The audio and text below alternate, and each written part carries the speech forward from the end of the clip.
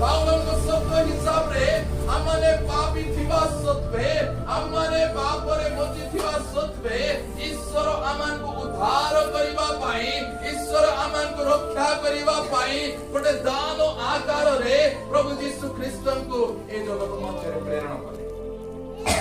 ଆଉ ସେ ଦାନକୁ ସେଇ ଯୀଶୁଙ୍କ ବିଷୟକୁ ଆମମାନଙ୍କ ମୁଖରେ ଏ ପ୍ରକାର କୌଣସି ଶବ୍ଦ ନାହିଁ ସେ ବିଷୟକୁ ବର୍ଣ୍ଣନା କରିବା।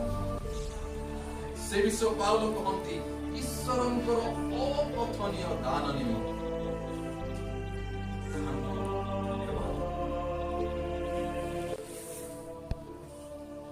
ସେ ଯୀଶୁ ଖ୍ରୀଷ୍ଟ ଫିଲିପିୟ ପୁସ୍ତକରେ ଲେଖାଯାଏ 2 ପଦ ଯେତେବେଳେ ଆମେ ପଢିବା ଯୀଶୁ ଖ୍ରୀଷ୍ଟ ନିଜର unchangeable God ସେ ଈଶ୍ୱର ଅପରିବର୍ତ୍ତନୀୟ କିନ୍ତୁ ସେ ଆମ୍ଭମାନଙ୍କ ନିମନ୍ତେ ମନୁଷ୍ୟ